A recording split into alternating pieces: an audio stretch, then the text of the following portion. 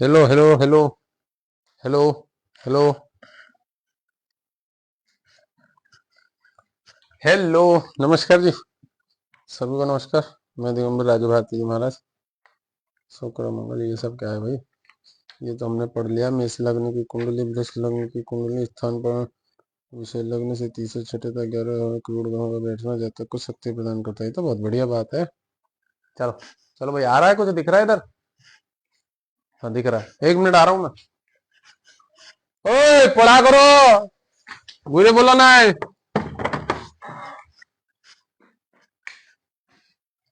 Hello, नमस्कार जी, मैं दिगंबर राजू भारती जी महाराज।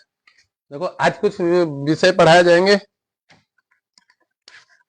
क्या विषय पढ़ाए जाएंगे आज? ये विषय पढ़ाए जाएंगे, ये विषय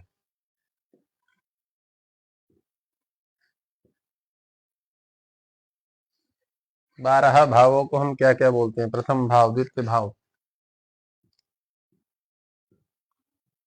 कल इसके बारे में बताया। प्रथम भाव, द्वितीय भाव, तृतीय भाव, चतुर्थ भाव, पंचम भाव, षष्ठ भाव, सप्तम भाव, अष्टम भाव, नवम भाव। ठीक है, उसके बाद कौन सा है भाई? नवम के बाद दसम भाव, एकादश भाव और द्वादश भाव। द्वादश भाव, ठीक है। इसको देख लो इस तरह से। तो इनके भाव सबको पता ही है कि भाव किसको बोलते हैं। प्रथम स्वामी को लग्नेश तथा देहाधीश कहा जाता है। देखो क्या बोलते हैं प्रथम को, प्रथम भाव को के स्वामी को, प्रथम भाव के स्वामी को लग्नेश तथा देहाधीश। देहाधीश मतलब समझ रहे हो? देह का अधिपति देहाधीश कहा जाता है। मतलब जो पूरी बॉडी का चार्ट का मालिक है। तो प्रथम भाव जो होता है इसको लग्न भी बोला जाता है और इसको लग्नेश भी बोला जाता है, इसको देहादेश भी बोला जाता है, इसको शरीर भी बोला जाता है, शरीर लग्नेश। ठीक है, ये प्रथम भाव के बारे में लिखा है। द्वितीय भाव के बारे में क्या लिखा है? द्वितीय भाव, प्रथम भाव, द्वितीय भाव, ये सब नोट करने की चीज है। इसको नोट कर लेना। जिसके पास द्वितीय भाव के स्वामी को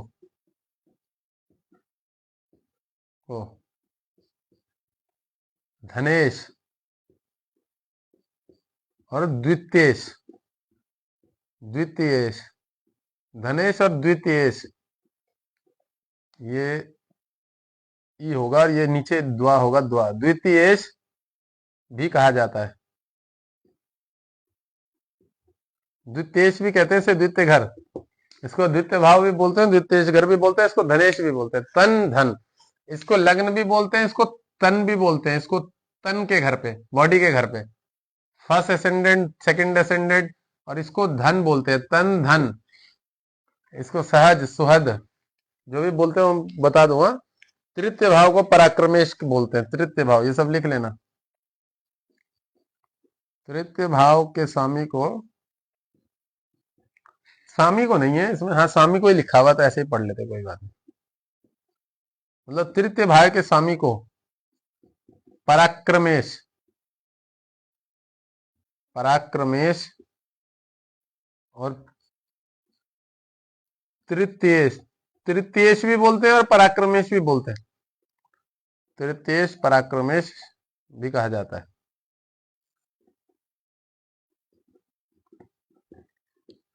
ठीक है, चलो इन तीनों को मिटो दे रहे हैं, मिटो देंगे। उसके बाद फिर नीचे और लिखो, जगह नहीं है। ठीक है, प्रथम भाव के स्वामी को लग्नेश तथा देहाधीश। देहाधीश मतलब समझ गए ना, बॉडी, देह का मालिक देहाधीश कहा जाता है। द्वितीय भाव के स्वामी को धनेश, द्वितीयेश भी कहा जाता है। तृतीय भाव के स्वामी को पराक्रमेश। तृतीय भाव को पराक्रमेश ही बोलते हैं कि पराक्रम का घर, और तृतीय भाव का भी घर बोला जाता है। जरूरी नहीं है कि पराक्रम का ही यूज करना है सब जगह। छोटा सा बच्चा है, छोटा सा एक महीने 2 महीने 4 महीने 5 महीने 10 महीने का, उसके लिए पराक्रम शब्द का इस्तेमाल नहीं होगा।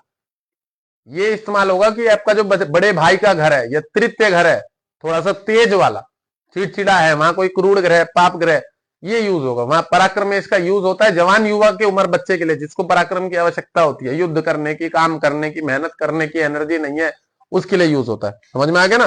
तो किस शब्द का यूज किस जगह होगा, किस स्थिति परिस्थिति में होगा, ये तो खैर हर आदमी विद्वान है। ठीक है, विद्वान बनाना ही हम लोगों का काम है कि हर आदमी विद्वान बन जाए। चलो चतुर्थ भाव के बारे में पढ़ते हैं।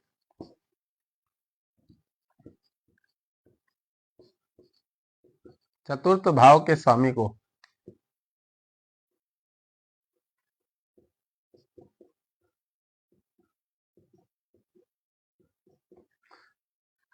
सुखेश, सुखेश ही लिखा ना, हाँ सुखेश ही लिखा। चतुर्थ भाव के इसको पराक्रमेश बोलते हैं, लिख देता हूं मैं,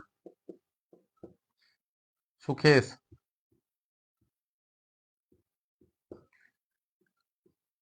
ये सुख का घर होता है, ये माँ का घर होता है, माँ से सुख मिलता है व्यक्ति को। घर का जो सुख बोलते हैं ना कि बच्चा घर में रहेगा, माँ के पास रहेगा, समझ रहे हो, उठेगा बैठेगा उनके पास, लाड प्यार मिलेगा, तो इस घर को सुख बोला जाता है। घर का सुख, भाई बहनों का सुख, मातृ सुख, पितृ सुख, ये सब चीजें विशेष करके इस घर से देखी जाती है। तृतीय चतुर्थ भाव के स्वामी को सुखेश भी कहा जाता है, सुखेश और चतुर्थेश भी कहा जाता है। चतुर्थेश, चतुर्थेश किस जगह यूज करना पड़ता है, किसी भी घर को हम लग्नेश पंचमेश भावेश मतलब दसमेश नवमेश ये सब कब यूज करते हैं, इसको अभी बताता हूं। किसी भी भाव को हमें ये प्रथमेश द्वितीय तृतीय तब यूज करा जाता है जब हमें ये बताना पड़ता है कि आपका जो चतुर्थेश है, सुख का घर का मालिक, जैसे यहां मान लो यहाँ पे 4 नंबर है, तो चंद्रमा अष्टम भाव में बैठा गया, अष्टम भाव में, तब हमको चतुर्थेश का बोला पड़ता है। हमें ये नहीं बोलना पड़ता है कि आपका सुख के घर का मालिक है, तब हम ये बोलते हैं कि जो 4th हाउस का मालिक है, चतुर्थेश जो है सुख, वो अष्टम पे बैठ गया या वो 12वें में बैठ गया। 12वां घर होता है व्यय हानि रोग दंड व्यसन का। तो उस भाषा में जैसा कस्टमर हो, अब कोई छोटा बच्चा कुंडली दिखा रहा होगा 18-20 साल के, वो क्या समझेगा अष्टमेश पंचमेश नवमेश दसमेश, वो नहीं समझेगा। पर कोई वही बड़ा व्यक्ति है 30 साल का 32 साल का 35 साल का, वो अगर आपसे पूछे इन सब चीजों को, थोड़ी सी नॉलेज रखता हो, अधकचरा ज्योतिष हो, थोड़ा सा उसने इधर उधर से कुछ सीख लिया, तो तुम्हारी बुद्धि चाट लेगा। मुझे बहुत ज्यादा मिलते हैं ऐसे अधकचरे वाले। तो उस आदमी को फिर उसकी भाषा में अगर नहीं समझाओगे ना, तो तुम मूर्ख बोले जाओ। इसलिए कौन सी भाषा कहां किस व्यक्ति के लिए, इसलिए ये सब पढ़ना बहुत जरूरी है। समझ रहे हो, तुम कितने बड़े अंग्रेज हो, इंग्लिश सीख लियो, एसेंडेंट फेसेंडेंट क्या क्या चलता है ना उसमें, पर वो सब उतनी काम नहीं आएंगी जितनी ये सब काम आ जाएगी। ठीक है, वहां उसके पल्ले नहीं पड़ने का कोई एसेंडेंट और फलाना ढसेंडेंट फेसेंडेंट, वो सब पल्ले नहीं पड़ने का बहुत लोग है। तो ये भाषा इसलिए बताई गई है, मतलब मैं तुम्हें ये समझा रहा हूं कि ये जो भाषा इस्तेमाल की जाती है ना, तो वहां पे इसलिए की जाती है कि सप्तम भाव का जो मालिक है आपका छठे घर में बैठ, रोग के घर में, झगड़े के घर में, इसको भी झगड़े का घर बोलते हैं, इसको भी झगड़े का घर बोलते हैं। अब ये कोर्ट कचहरी लफड़े झगड़े का भी घर होता है, षष्ठ भाव, रोग ऋण शत्रु कर्जा। शत्रु का मतलब समझ रहे हो, अब ये पार्टनर का घर है, पार्टनर का घर शत्रु के घर में बैठ गया तो पार्टनर ही शत्रु हो गया। पत्नी का घर है, पत्नी मेरी शत्रु हो गई, वहां लड़ाई झगड़ा करेगी और वो कोर्ट कचहरी तक मैटर को खींच के ले जाएगी। ये चीज दर्शाता है। तो वहां सप्तमेश का मालिक छठे घर में, रोग के घर में बैठ गया, जिस अष्टेश में ऋण कर्जे वाले रिपो घर में, तो ये तो वहां पे पता लग जाता है यही मेरे शत्रु हो गई। आजकल 30% 20% पत्नियां पति के शत्रु हो रही हैं, डिवोर्स लेना चाह रही हैं, दूसरों के साथ भी टाका भिड़ गया उन लोगों का। ये स्थिति बहुत गंदी है आज के समय में। तो इसलिए ये भाषा इस्तेमाल करनी पड़ती है जो यहाँ पढ़ाई जा रही है। इसको पढ़ लीजिएगा, ये जरूरत है, काफी जरूरत होती है इसकी। सुखेश बोला जाता है पंचम भाव के स्वामी को, पंचम भाव के स्वामी को, पंचम भाव के स्वामी को पंचमेशी तो बोला जाता है। हाँ, पंचम भाव के स्वामी को पंचमेशी बोलते हैं, इसमें पंचमेशी लिखा हुआ है, पंचमेश ही कहा जाता है। इसको एक ही शब्द यूज करते, पंचमेश ही कहा जाता है। ठीक है ना, देखो इसमें मैं भी यही बोलता हूं और किताब में भी यही लिखा हुआ है, तो मुझे तो याद हो गया। चलो, तो ये आप लोगों को भी याद आ जाएगा। आज मुझे एक चीज और बता दो, मैंने माइक भी लगा रखा, तो मेरी आवाज जा रही है क्लियर होकर? आज मैं आईफोन का एक गुरुजी कुछ पूछा जा सकता है क्या? अरे भैया पढ़े लिखे आदमी गंवार है क्या? ये स्कूल में पढ़ रहा है, क्लास में अभी कैसे पूछ लेगा लाइव में? मैं तो क्लास पढ़ा रहा हूँ, क्लास में कैसे पूछ लेगा भाई? अभी मैं तो देख ही नहीं रहा हूँ इसको। हेलो, माइक की आवाज आ रही नहीं आ रही? माइक लगा रखा आज मैंने। हाँ, उसमें वायरलेस वाला माइक है, पता नहीं आवाज जा रही नहीं जा रही क्लियर होके। पर मैं क्या बता रहा हूँ, वैसे जा रही होगी मेरे हिसाब से। मैं क्या बता रहा हूँ कि ये जो चीजें है ना, इसको बहुत जरूरत होती है याद करने की, जरूर याद कर लेना। पंचमेश, इसको पुत्रेश भी बोलते हैं, पंचम भाव पुत्र का घर। इसको विद्या का घर भी बोलते हैं, पर वो किस जगह कहां पे वो शब्द इस्तेमाल होगा वो आप लोग धीरे धीरे पकड़ लोगे जब आपसे उस तरह के प्रश्न पूछे जाएंगे। और छठा घर जो है, छठा घर के स्वामी को, मतलब छठा घर जो होता है, सिक्स हाउस, उसको स्वामी को सस्तेश बोलते हैं। सस्तेश, षष्ठ भाव लिखा है, इसको सस्तेश ही बोलते हैं। इसको पंचमेश, इसको सस्तेश। इसको रोगेश भी बोलते हैं किसी किसी अवस्था में। रोगेश, रोग के घर का मालिक। वैसे सस्तेश ज्यादा बोला जाता है, तो जो ज्यादा बोला जाएगा अभी वही चीज पढ़ेंगे। षष्टमेश, षष्टेश, षष्टमेश ही कहा जाता है, षष्टमेश। और रोगेश भी बोल देते हैं, लिख देते हैं थोड़ा सा एक्स्ट्रा की नॉलेज, रोगेश भी कहा जाता है। रोग यहीं से पता लगता है कि व्यक्ति को रोग क्या होगा, कहा जाता है। इसमें क्या लिखा हुआ है? षष्ठ भाव के स्वामी को सस्तेश कहा जाता है। यहाँ इन्होंने सिर्फ सस्तेश ही लिखा है, पर मैंने सस्तेश के साथ पंचमेश तो लिख ही दिया, यहाँ पे सस्तेश भी लिख देते हैं और रोगेश भी बोलते हैं। सस्टेश। अब यहाँ रोगेश नहीं लिखूंगा। क्यों नहीं लिखूंगा अभी? क्योंकि यहाँ पे जो चीज सरल भाषा में समझाई गई है कि लग्नेश, पंचमेश, द्वितीयेश, तृतीयेश, चतुर्थेश, पंचमेश, षष्टेश, ये जो भी बोला जाता है जिस भाव को, जैसे तृतीय भाव को पराक्रमेश बोला जाता है, द्वितीय भाव को धनेश बोला जाता है। तो जो भाषा सरल शब्दों में ज्योतिष यूज कर रहा है उसी भाषा को हम यूज कर रहे हैं इस समय। बाकी बोला तो बहुत कुछ जाता है, बहुत सारे घरों के नाम से बोला जाता है, पर फिलहाल जो चीज पढ़ाई जा रही है उसी के संबंध में बताएंगे। जैसे सप्तम भाव को अब हम, पत्नी का घर होता है, पार्टनर का घर होता है, पर सप्तम भाव को हम सप्तमेश ही बोलते हैं। तो यहाँ वही लिखा हुआ किताब में। हाँ, सप्तमेश अष्टमेश वही लिखा हुआ है, ठीक है ना, वही लिखा हुआ है। तो सप्तम भाव के स्वामी को, सप्तम भाव के स्वामी को सप्तमेश भी कहा जाता है। इसको विवाह का घर भी बोलते हैं, पत्नी का घर भी बोलते हैं, पार्टनर का घर भी बोलते हैं, व्यवसाय का घर भी बोलते हैं। ये इस जगह पे देखा जाता है, बट इसको मेन सप्तमेश बोलते हैं, ठीक है, ये याद रखना। अष्टम भाव, इसको सप्तमेश लिख देते हैं। मेरा हाथ कुछ ज्यादा ही जल्दी जल्दी चलता है, मिस्टेक हो जाती है। सप्तमेश, ठीक है। अष्टम भाव के स्वामी को अष्टमेश कहा जाता है। अष्टमेश जो होता है वो मृत्यु, आयु, व्याधि, संकट, ऋण, चिंता, पुरातत्व, बहुत सारी चीजें होती हैं। गोहे विद्या का घर बोलते हैं, पैतृक संपत्ति का घर बोलते हैं, गड़ा हुआ धन बोलते हैं, सास ससुर का घर बोलते हैं, ठीक है। हमारे कुछ चाचा चाची का भी घर बोलते हैं, अष्टमेश भी कहा जाता है। तो वो सब एक विषय पढ़ने की चीजें हैं कि इस घर पे क्या क्या चीजें देखी जाती हैं, बट इसको अष्टमेश ही बोलते हैं। ये चीज याद करना है यहाँ कि हम अगर किसी को समझाएंगे कि आपका अष्टमेश जो है वो लग्न में बैठा है, अष्टमेश लग्न में बैठा है, तो आपके शरीर को हमेशा अष्टम भाव परेशान करेगा। क्योंकि अष्टम मृत्यु, आयु, व्याधि, संकट, व्याधि संकट आपके ऊपर बेफिजूल में कोई भी कहीं से भी आके बदनामी आ जाएगी। संकट आपके ऊपर ऐसे आएंगे जैसे खेल खेल में भगवान आपकी परीक्षा ले रहे हैं, इस तरह से संकट आएंगे। नवम भाव के स्वामी को नवमेश, नवमेश भाग्येश बोलते हैं। वैसे तो नवमेश ही बोलते हैं जिस हिसाब से ये बता रहा है, पर फिर भी भाग्येश लिख दूंगा। यहाँ पे सिर्फ नवमेश ही लिखा होगा। नवमेश, भाग्येश, धर्मेश तीनों लिखा हुआ है। नवमेश, भाग्येश, धर्मेश इन्होंने बहुत बढ़िया डिफाइन कर दिया, तो हम भी तीनों ही लिख देंगे। नवम भाव के स्वामी को नवमेश बोलते हैं, ठीक है।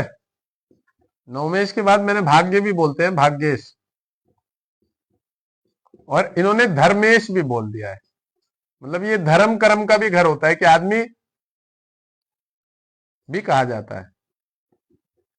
इन्होंने ये भी बता दिया है कि ये जो धर्म कर्म का घर है, ठीक है ना, इसको हम क्या बोलेंगे, नवमेश और भाग्येश। भाग्य का घर होता है, भाग्य यही चमकाता। अब देखो मुझे, मैं देख लूं कितने लोग देख रहे हैं। हेलो, 18 लोग देख रहे हैं। क्षमा चाहता हूँ, क्षमा चाहता हूँ। नहीं नहीं भाई साहब, क्षमा करना, आप मेरे को क्षमा करना, मेरे को आप क्षमा करना। मैं मजे मजे में बोल देता हूँ, डांट देता हूँ। मेरी किसी के प्रति थिंकिंग नहीं होती गलत कि मैं किसी को खराब बोलूं। ऐसे मजे ले लेता हूँ बस, थोड़ा सा मुंहफट टाइप में रहना पसंद करता हूँ, ठीक है। और मेरी मन से किसी के लिए थिंकिंग नहीं रहती कि मैं किसी को डांटूं या दो शब्द खराब बोलूं।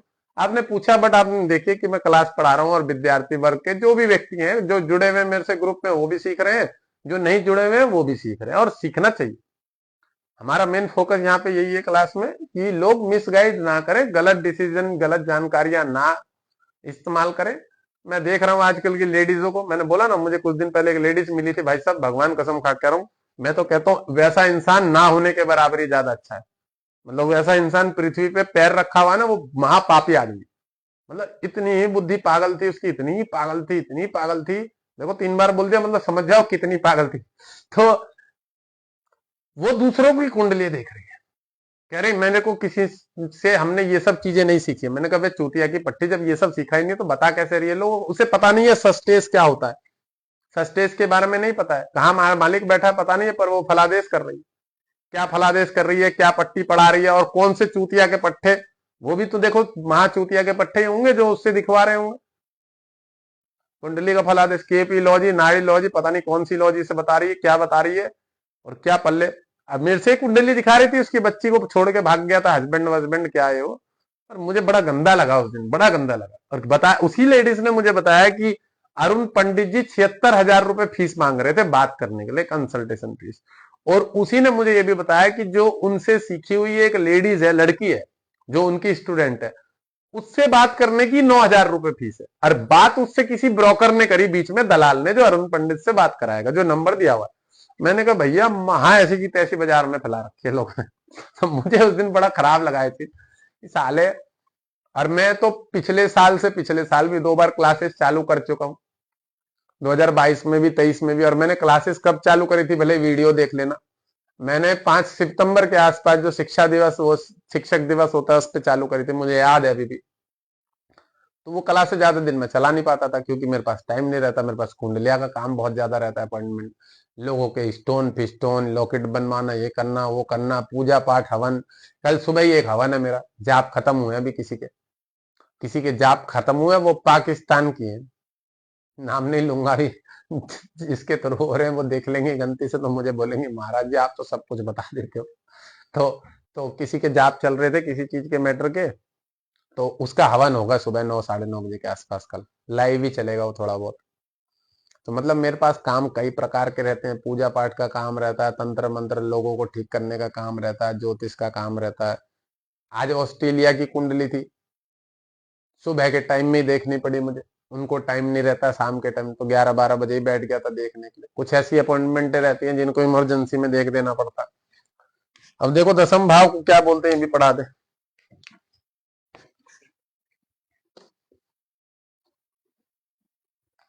सबसे बड़ी चीज क्या है, ज्ञान।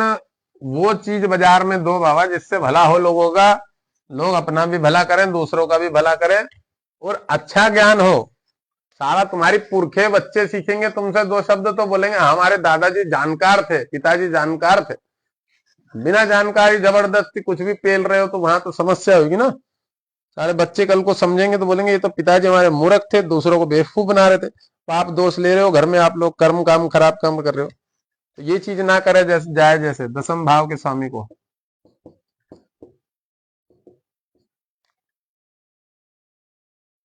दसम भाव के स्वामी को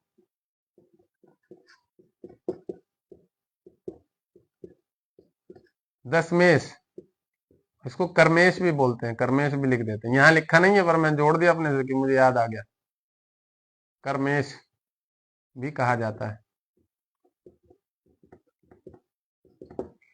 ठीक है, दशमेश कर्मेश भी कहा जाता है। 11 भाव एकादश भाव के स्वामी को लाभेश, लाभेश बोला हुआ है यहाँ, और एकादशेष भी लिखा हुआ है, एकादशेष।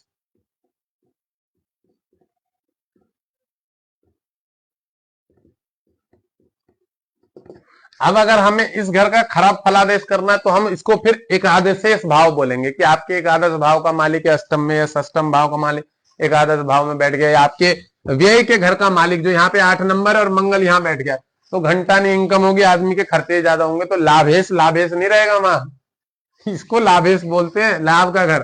पर अगर व्यय के घर का मालिक इस घर में बैठ जाए तो व्यक्ति की लाभ नहीं रहेगा, उसकी जिंदगी में लाभ से ज्यादा नुकसान होगा। इसलिए इस भाव को एकादशेष भी बोलेंगे और लाभेश भी बोलेंगे।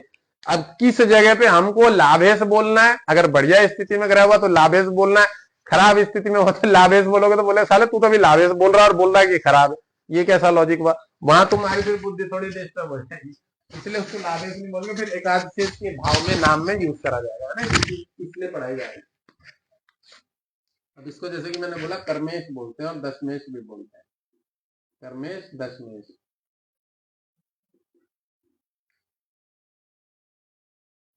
दशमेश कर्मेश एकादश भाव और लाभेश, एकादशेष भी बोलते हैं, एकादशेष, एकादशेष, ठीक है, एकादशेष भाव। अब दूसरे देखो, अब 12वें वाले घर को व्येश बोलते हैं, व्येश, सीधा सीधी समझ लो, यहाँ लिखवाना पड़ेगा जी, यहाँ पे लिखवा ही देते हैं। द्वादश भाव के मालिक को,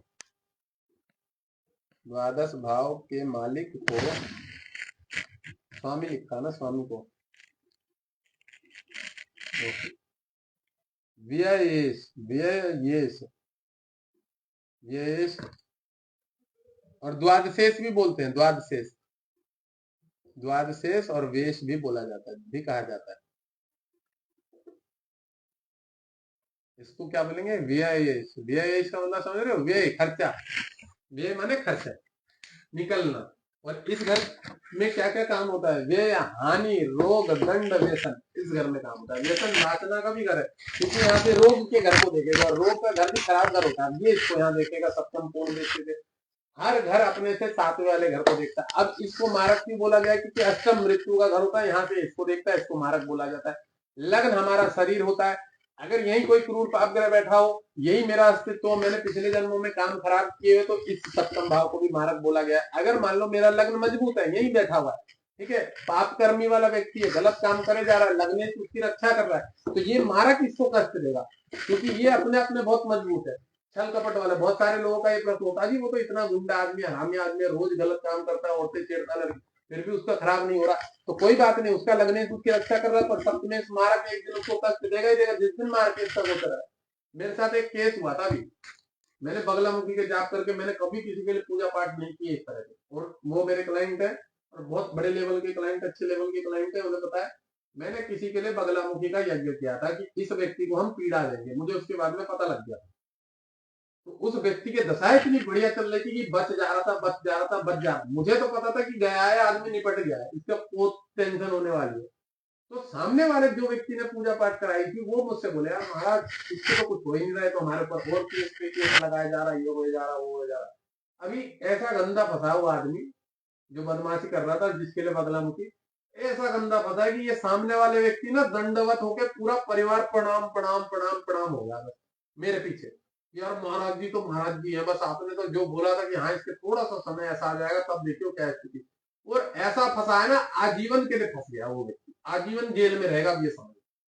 व्यक्ति ने पाप किए थे, मुझे मालूम था, पर कुछ दशा ऐसी चल रही थी, राहु की राक्षस की और बुध की, जो सपोर्ट कर रहा था, उसको संभाल रहा। कितने दिन संभालेगा ग्रह, ऐसा लंबा फंसा। मैंने उनको एक ही बात बोली थी यजमान को, मैंने कहा इसका घड़ा भरना है, देख लेना कोई दिन। ऐसा गंदा गया, ऐसा गंदा गया, सचिन सूर्यवंशी, मैं नाम भी ले रहा हूँ, जाएगा केस, ढूंढ लेना, गूगल पे जाके सर्च कर लो, सचिन सूर्यवंशी, जाओ सर्च कर लो, और बदायूं का, बदायूं एरिया का जाओ सर्च कर लो, सारी खोज खबर पता लग जाएगी। ऐसा गंदा गया, ऐसा गंदा गया, आजीवन कारावास, आजीवन कारावास। बगलामुखी करे थे साले के, सारे को ऐसा दंड देंगे, प्रताड़ित करेंगे, और इसके जिसने कराए थे वो प्रणाम करता है, 50 बार प्रणाम करता है, हर चीज में प्रणाम करता है, हर हर बात में चर्चा होती है तो महाराज याद आ जाते हैं। साले करेंगे तो अच्छे लेवल का दंड देंगे और नहीं देंगे तो किसी को नहीं देंगे। आज तक नहीं, पहला काम किया था, पहला काम मैं कहा इसकी हालत हम खराब करेंगे। हमें पता था उसके बारे में कि आदमी कर, तो ये इसका जो घर होता है ना बड़ा खराब माना गया। ये हानि रोग दंड व्यसन। चलिए यहाँ पे इतना ही बेटर है। त्रिकोण पास किया। अब बहुत अच्छी ज्ञान की चीजें बताई।